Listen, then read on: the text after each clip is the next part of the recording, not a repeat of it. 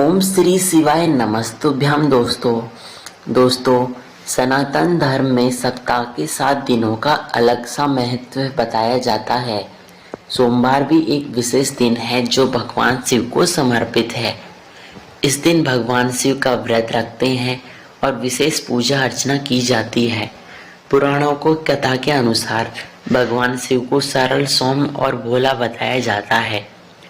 भगवान शिव एक लोटा जल से प्रसन्न हो जाते हैं। भगवान आपसे प्रसन्न है या फिर कुछ अच्छा होने वाला है तो कुछ संकेत आपको पहले ही आभास करा देते हैं।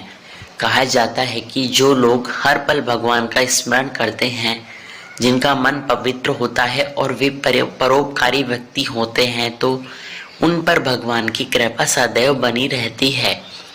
ईश्वर आपके साथ है, इसे लेकर वास्तु में कुछ संकेत हैं। आइए जानते हैं इस बारे में। भविष्य में होने वाली संपूर्ण घटनाओं को लेकर मन में आभास सा होने लगता है। ऐसा माना जाता है भगवान का आशीर्वाद आपके साथ है। जिन पर भगवान की कृपा होती है, वह चाहे अमीर हो या गरीब, उन्हें हर जगह सम्मान मिलता है। अगर आपको अपनी मेहनत से किसी भी कार्य में सफलता मिल जाए तो इसे भगवान की ही कृपा समझना चाहिए। कहा जाता है कि जो लोग हमेशा साधारण जीवन व्यतीत करते हैं और दिखावे से दूर रहते हैं, भगवान उनसे प्रसन्न होते हैं। और जो लोग पवित्र हृदय वाले होते हैं, जाने अनजाने में किसी भी अपमान नहीं करते, या भगवान की कृपा सदैव उन पर बनी रहती है। जिनका जीवन परोपकार में बीतता है, ऐसे लोगों पर निश्चय ही शिव जी की कृपा बनी रहती है। मधुर स्वभाव, विनम्र लोगों के साथ भगवान कभी नहीं छोड़ते। अगर किसी महत्वपूर्ण कार्य में गलत निर्णय से पहले मन में कुछ संचय हो तो आपको निर्णय लेने से रोक लेना चाहिए अपने आप को। और साथ ही भगवान को खुश करने के लिए लोग दिन भर पूजा अर्चना करते हैं, व्रत करते हैं। भगवान के आगे सुबह शाम दीपक जलाते हैं, उन्हें भोग लगाते हैं ताकि भगवान की कृपा उन पर बनी रहे, उन्हें जीवन में किसी भी तरह की समस्या का सामना ना करना पड़े। यह तो हम सभी जानते हैं कि भगवान की पूजा अर्चना करने से वे प्रसन्न होते हैं। क्या आप यह भी जानते हैं कि इस बात का संकेत भी देते हैं? आइए जानते हैं। अगर आपको नींद के दौरान बार बार सपने आते हैं, सपनों में मंदिर, भगवान की मूर्ति, फोटो दिखाई देती है, इसका मतलब है भगवान की पूर्ण कृपा आप पर बनी हुई है। अगर आपको नींद के दौरान बार बार सपने आए तो यह मान लेना। और कई बार ऐसा भी होता है ना कि जब आप किसी को लाने के लिए आगे बढ़ते हैं, लेकिन वक्त आपके मन से लेकर कुछ संचय सा पैदा कर देता है। सब कुछ ठीक होने के बाद भी कुछ ऐसा होता है कि उस फैलने को मन में रोकना चाहिए। इसका मतलब यह माना जाता है कि आपके साथ दैवीय शक्ति का आशीर्वाद जरूर है। कुछ लोगों को भविष्य में होने वाली घटनाओं का अंदाजा पहले ही लग जाता है। उन्हें मालूम हो जाता है कि भविष्य में कुछ शुभ अथवा अशुभ होगा। इसका मतलब यह है कि दैवीय शक्ति का उन पर आशीर्वाद है। जिन लोगों पर भगवान की कृपा होती है, वह अमीर हो या गरीब, उन्हें हर जगह सम्मान अवश्य मिलेगा।